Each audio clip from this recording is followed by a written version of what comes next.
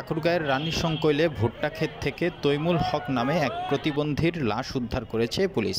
বৃহস্পতিবার দুপুরে উপজেলার নন্দুয়ার ইউনিয়নের রামপুর বাজারের পূর্ব দিকে এক ভুট্টা ক্ষেত থেকে লাশটি উদ্ধার করা হয়। প্রতিবন্ধী ওই ব্যক্তি উপজেলার চ্যাংমারি গুছিয়া গ্রামের মৃত আবুল হোসেনের ছেলে।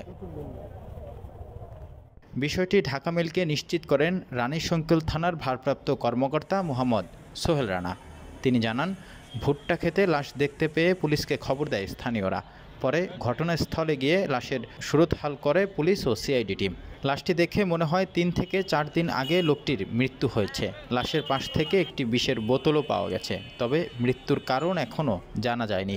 লাশটি উদ্ধার করে মর্গে পাঠানো হবে ও ময়না তদন্তের মাধ্যমে মৃত্যুর কারণ জানা যাবে।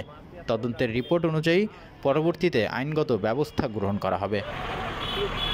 এদিকে নিহতের পরিবার ও স্থানীয়রা জানান, প্রতিবন্ধী তৈমুল হক ৫ সন্তানের পিতা। তিনি সহজে বাড়ি থেকে বের হন না। গত ৪ থেকে ৫ দিন আগে তিনি বাড়ি থেকে নিখোঁজ হন।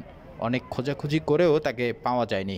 আজকে বাড়ি থেকে প্রায় ১০ কিলোমিটার দূরে ভুট্টা ক্ষেত থেকে তার মৃতদেহ উদ্ধার করা হয়।